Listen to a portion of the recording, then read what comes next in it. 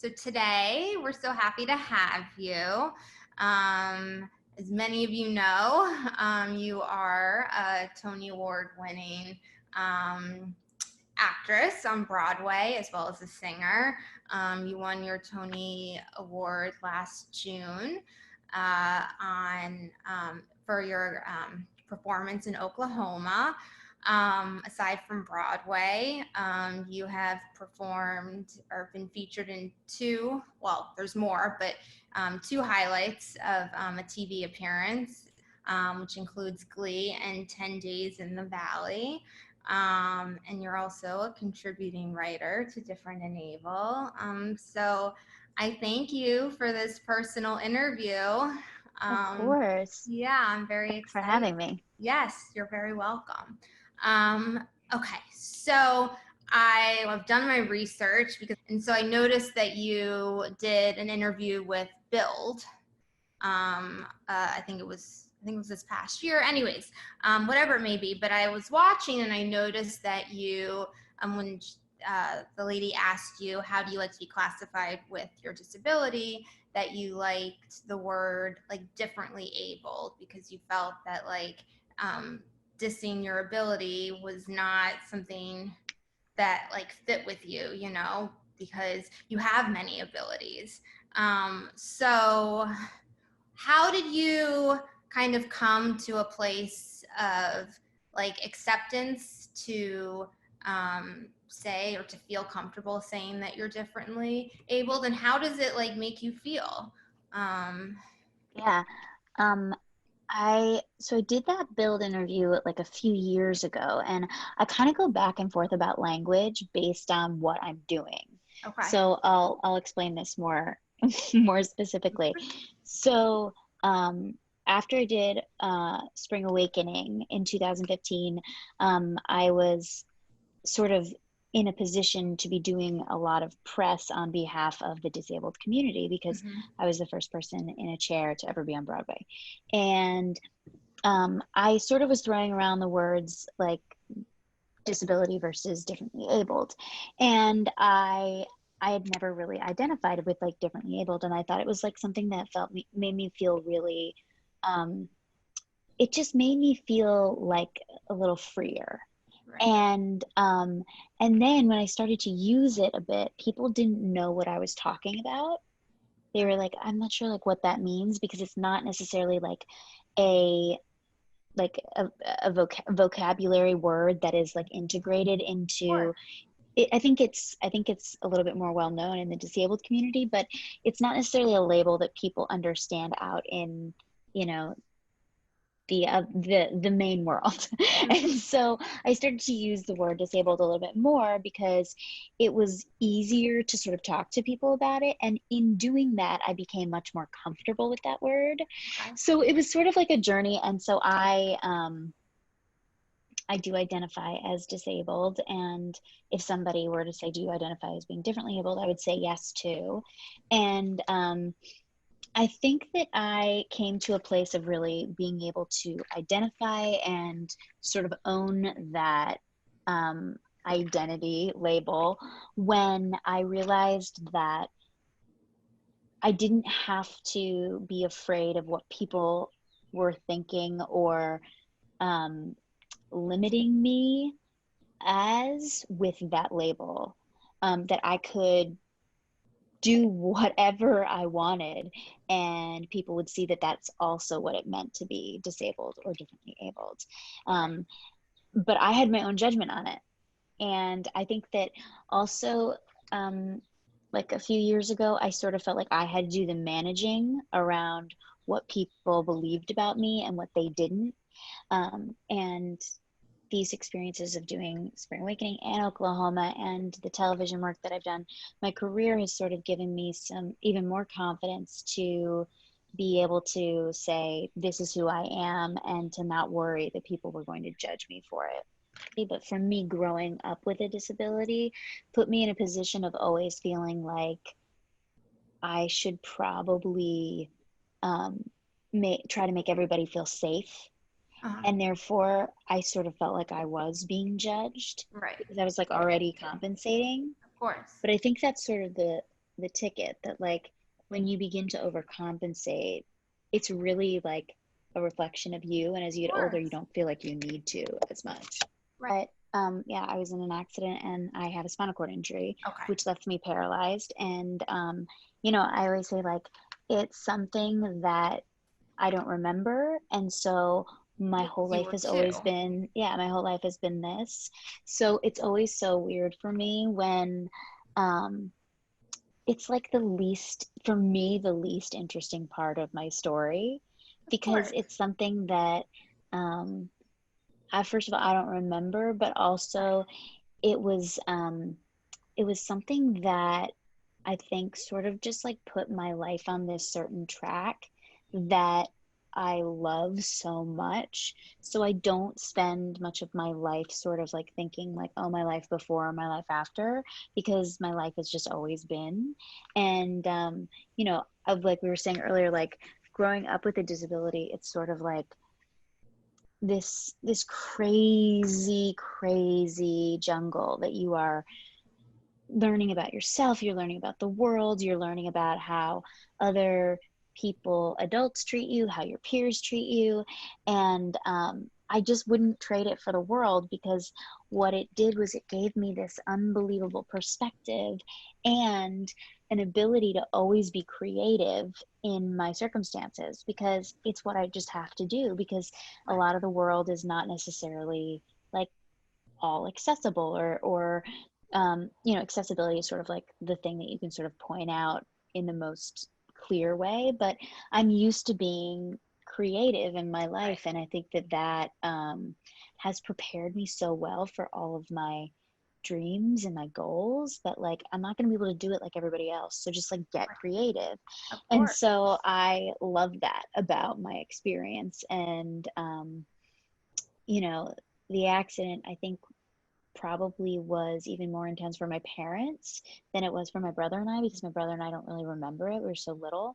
But for my parents, it was like a huge moment in their life. And obviously, you know, then dedicated their life to helping my brother and I, you know, find our way in the world and learn how to advocate for ourselves. And they gave us so much confidence and support in our dreams. And so I got really lucky in that way as well, that I had like unbelievable parents. My sister, who was born after the accident, my extended family, our community, my friends, like everyone was so supportive and on board and positive, which that's really important. Yeah, I mean, I don't take that for granted. I know not everybody has that. So, yeah, so that's a little bit about that. So you just talked about how you obviously are creative in terms of accessibility and just like managing day-to-day life. So I'm curious, like, so can you give us some examples of like your creativity when, you know, it comes to accessibility? Well, I just got this really cool thing for my wheelchair called a freewheel, which is this front wheel that you put on the wheelchair to make it more like a three-wheel wheelchair. And then the little wheels in the front move up because the big wheel sort of takes over. And it's been so fun because I've been able to do hiking and like move through the grass more easily. And so that's like sort of something that I recently found that I didn't have before. But I am a really like active and physical person. So, you know, my transfers, my getting in and out of the car and driving and cooking and performing and dancing and singing, all of that I sort of have always done. And it's like, it's just my physical vocabulary, the way that like, you know, people who, you know, have amputees, or like, you know, people with all different abilities and disabilities, like in so many ways, I feel like I have such a closer connection to my body because I've needed to learn where my limits are, like talking about balance, like my balance isn't great. So like, I know when I pick things off the ground, I have to hold on with my wheel, and just little things like that. I think I just like don't even realize I'm doing it. I just do it. It's a natural thing. Like, yeah. And like, you know, I get around the city. I use Uber. So like I transfer into the back seat and then I take the wheels off and then I let the driver take the frame and they put it in the trunk. And I learned that after being in college in the city. And like I was taking yellow taxis at the time because there wasn't There was Uber no yet. Ubers. Right. And oh my gosh, my wheelchair would get so beat up because the taxi drivers would take the chair and they'd flip it over to take the wheels off. And I was like trying to tell them how to take the wheels off from the back seat. And then I was like, oh, actually, let's redesign this. I'm going to take the wheels off. I tell them exactly what to do. Hold the back of the wheelchair on the back of the bar. I'll take off the wheels. I take the wheels in the back seat with me so they're not throwing them around outside. And then they take the frame and that's all they have to deal with. But that was something that took time to figure out because, you know, I just growing up, my parents would take my chair or my friends and they would deal with it. Right. But I realized like, oh, I need to be more involved in this because every single day I'm working with somebody new. And, you know, I think as I get a little bit older, I feel like for a long time I had to prove to myself that I could do it, that I could be independent. But now as I'm getting a little bit older, I'm craving maybe a little bit more ease. I love New York and I will not be far from New York, but thinking about like, what are other options so that like I can jump in the car and go do something instead of like pushing 8 blocks to the pharmacy or whatever it is. You know what I'm saying? It's so funny. I have a lot of friends out in California in chairs, and they're like, I can't believe you still have just a manual chair and that you're pushing yourself everywhere. And there's like this new device called a smart drive that a lot of them have, which is like this wheel that you attach to the back of your chair that pushes your chair for you. And it's operated on your wrist with like a Fitbit kind of like device. But I'll tell you, like, it is a control thing because, like, if I push, I am in control. And that is really important to me. Like, I like that. My shoulders don't, my wrists don't. But for me and my head, that's where I'm at. And then at some point, I will have that. But for now, I think that a huge part of my independence and my confidence has come from knowing that I could be independent in New York City. I always knew I was different. I was very, very aware socially. And but I was with kind of the same community always. So I didn't feel different, but I knew where my limitations were. Middle school, like every single person, was really difficult because I began to sort of want to have like a group of friends and I wanted to like hang out at their houses or hang out with boys, and that wasn't really happening for me. I think partially because that is the time when kids are finding their independence and they were sort of caught up in their own, that they weren't really able to like take on mine and what that meant. And so I think I sort of socially felt like I was missing out, but I was a part of this performing group of kids that it was called the Kids for Kids Project, and we rehearsed in New York and we did these variety shows that raised money for Duchenne muscular dystrophy, and all of those kids were professional actors, and being a part of that for me was like my saving grace because I felt like I was doing something that felt challenging and exciting, and I liked the kids that were in it. So they were sort of my social group.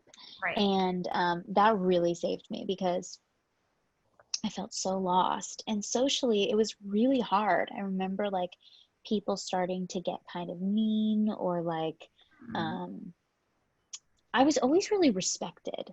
Like I never really felt like I was never bullied, but I was really hurt at times when I was not included and when I was excluded. And also just like small things like, okay, in the cafeteria, there was this lift that I had to take to get down to the cafeteria. And like no one else had to take the lift down to the cafeteria. And like something about getting on that lift every day and that like noise, like, I I know It that just like that to me, like it made my skin crawl. It was just like, I hate this. I hate that I have to do this. And it was obviously like an accommodation that the school provided because I needed to get down to the cafeteria and there were stairs. But there are certain accommodations that I do not prefer. I do not prefer a lift. I prefer ramps and elevators over anything. And so, those were sort of moments where I really wasn't that confident and I didn't really know where I was going to belong. And socially, I remember Friday nights, I used to just feel sick to my stomach because I felt this was even before FOMO was like a thing, but I really had FOMO all the time because I was so social. I wanted to be social so badly, but I didn't really have a group. And then like I came to find out in high school, like half of my friends that were my friends in high school were going through the exact same thing. So it wasn't like, it was not that unique of an experience. And like, I don't even fully blame my disability because I think just like everyone was sort of struggling, but it was just a time where I just like really was so uncomfortable in my own skin. Right. And that makes sense. And as we talked about, I think as you grow up, people are, less judgmental, and, are so much more open. So, okay, so you talked about how you felt like really connected when you participated in this performing arts group. Now, was that like the moment where you decided that you like feeling like kind of included and having your own like social network? Was that like when you like decided that, you really wanted to get into acting?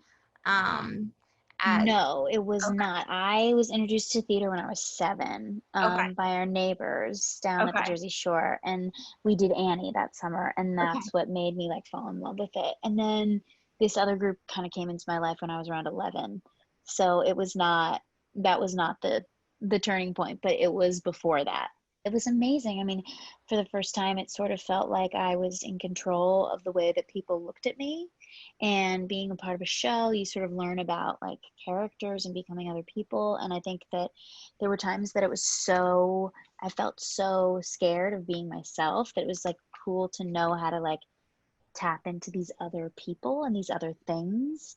And that's kind of like the beginning of like why I love acting, that like you're able to sort of like become these other people and go into these other worlds and tell other people's stories. And I just loved it. I loved it so much. It felt so exciting to me, and I knew it was what I wanted to do with the rest of my life. That's awesome. I had a really great time in college. It was really hard. I had a difficult time because I was most of the teachers they didn't have any experience working with somebody with a disability. So it was a little bit scary, because I was meeting a lot of new fear about like what it meant, but I did it and it turned out to be really great. And what I learned in that situation was like trust takes time, Of course. that like people are not always going to be on board right away.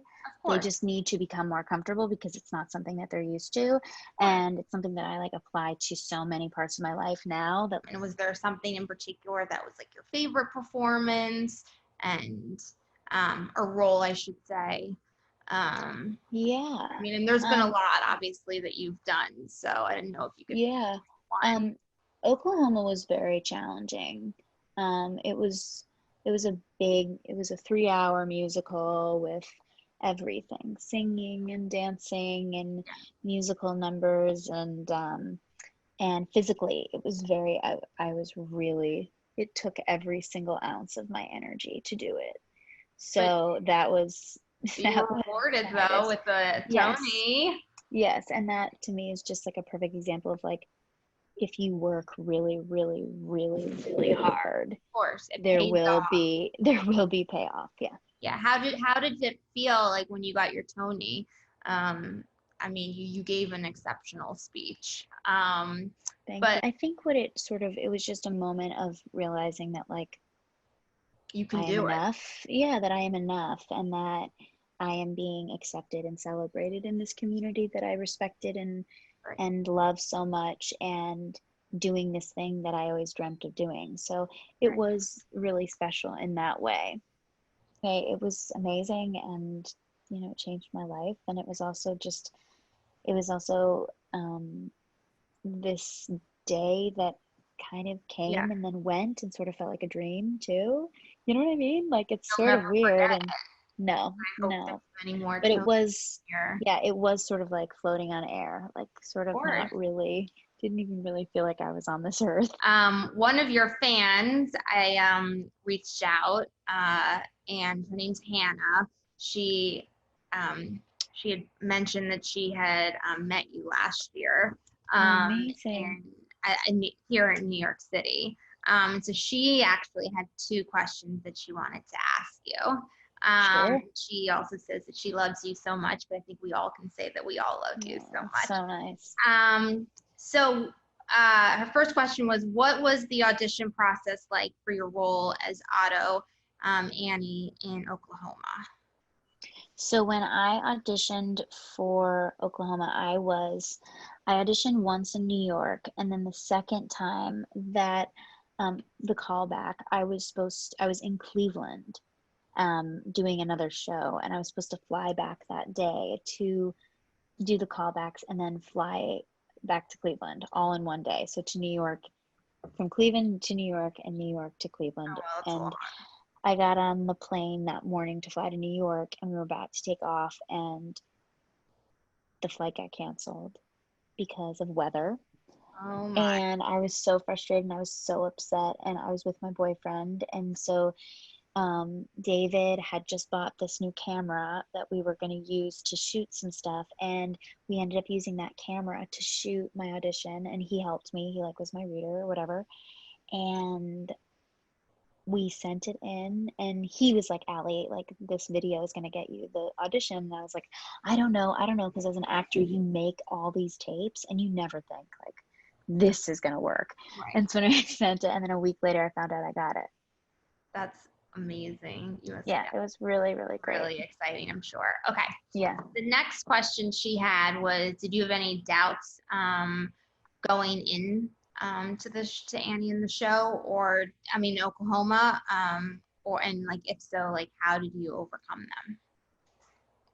um I didn't have doubts. I was certainly nervous because I wanted to do a good job, but not any doubts. I sort of was very excited about diving into the process, and the process was really challenging. Our director, Daniel Fish, is not like a traditional musical theater director, and so he sort of approached it very differently.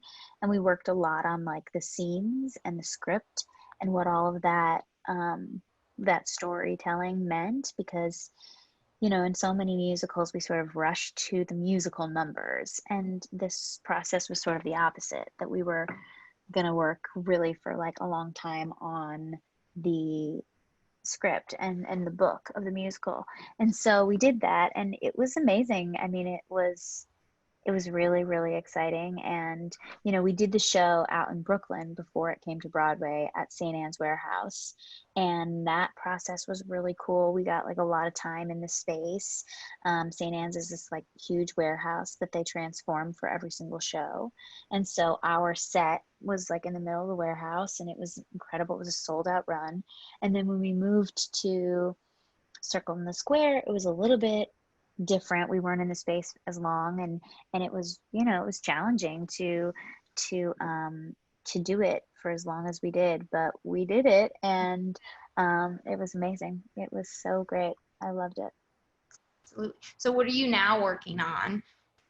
um well, I was working on an original play when all this sort of happened, and that Right. stopped. And I was shooting an episode of Blue Bloods Oh, nice. as this was happening. And then I just recorded an audio book for a book that actually I think your community will be really interested in. Judy Heumann is a disability rights activist, and um, she was one of the main leaders of the 504 movement. Okay. And she wrote a book called Being Human, and it came out in February, and the audiobook comes out this week.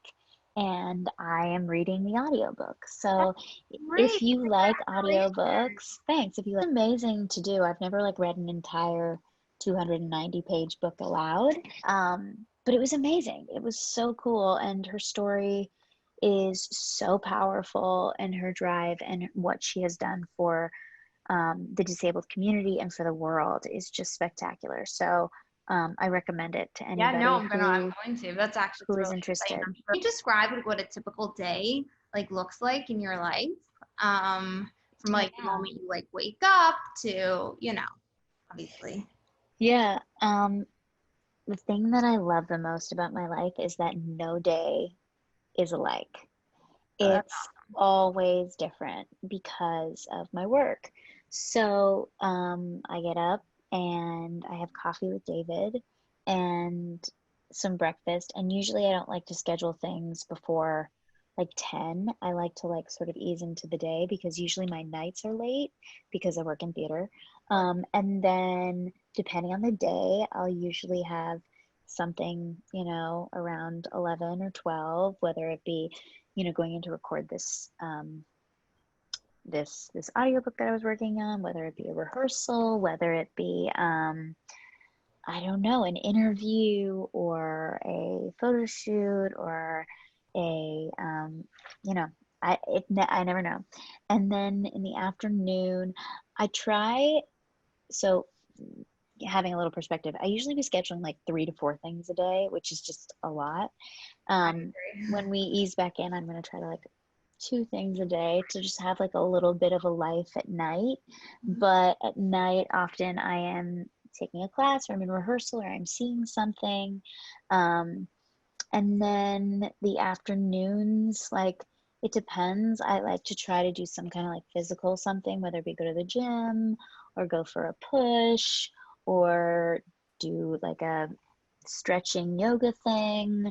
I really try to like commit to something with my body. It makes such a difference in also like my head to be moving my body. I think that's something that I have learned about being in a chair is that like my body is in the same position a lot of the day. And if I don't move and if I don't give myself um, that space and allow my body to, stretch really is the big thing, then I just don't feel that great at night. So, So do you yeah, do like classes or do you do like just typical like you go into wherever you yeah. go and just do I yoga on your own? Um, I belong to a gym and I have this piece of equipment that is called a stander, and so I can get in it and I can like stand upright, like it's called a standing frame, so it supports your body so that you can stand up, which I really like because it aligns my body, and I don't know how to really describe it because I'm not really used to walking, but it just makes everything feel like aligned, and I don't have to like fight gravity, right, sort of just like the way that our bodies are, I of guess, course. designed to stand. And or I'll take a yoga class, which is fun and hard and sometimes really frustrating because I normally take just like normal yoga classes and Right, adapt so you have them. to compensate. Yeah, so that's like a little tricky sometimes. And then I do love to push down by the water. I like the water, so to me, when living in New York City, I like, especially Or when the weather's nice, I like to go over to the Hudson and that's great, especially. So acting is obviously your passion and what you spend. I want to say 95% of your time doing. So like when you're not acting, like what are some things that you enjoy doing? Obviously, I assume some of it's your family, spending time with David. yeah, yeah, I mean, obviously I yoga, but just like maybe some hobbies. I don't know if you like to yeah, cook. I love to cook. I love to cook. I love to sing. I know that's sort of like a part of my No, but that's fine. career, but it's also something that I just love, love, love.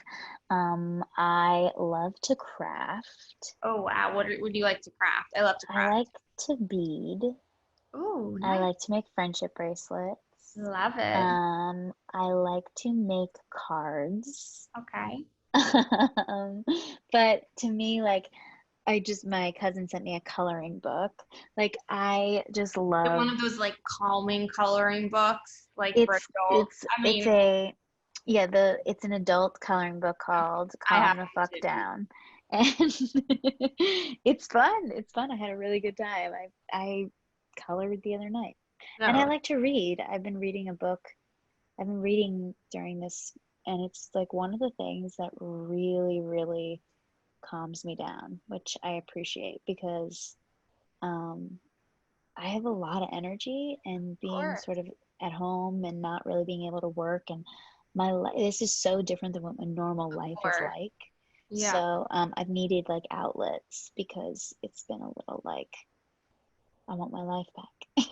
So, what advice would you give to someone who also has a spinal cord injury, has a similar injury, and wants to get into acting, and kind of maybe doesn't know like where to start, or like what type of like hope Yeah. and inspiration would you give them, or piece of advice? I would say, first of all, to get involved with a theater company or a theater school or something where you can begin to sort of explore all your abilities in this Mhm. arena as far as like acting and singing and dancing, and what you like, and where your strengths lie, and to take classes, and to take voice lessons, and to work really, really hard at the things that you can do. Right. um, and then I would say, if you have the opportunity to study it in college or in an you know in a program, I would say go for it, do it. And then I would say, like, figure out what kind of theater you want to do, and figure out like how you can audition and what companies are doing this kind of thing. And yeah, and that's kind of my advice. And then to just not give up, like the Right. persistence, That's hard. because there will be rejection, and there is rejection for everyone, but there will be. And to just continue to move forward, and to continue to do what you love, and find people who want to create things with you, and to just not give up. Yeah.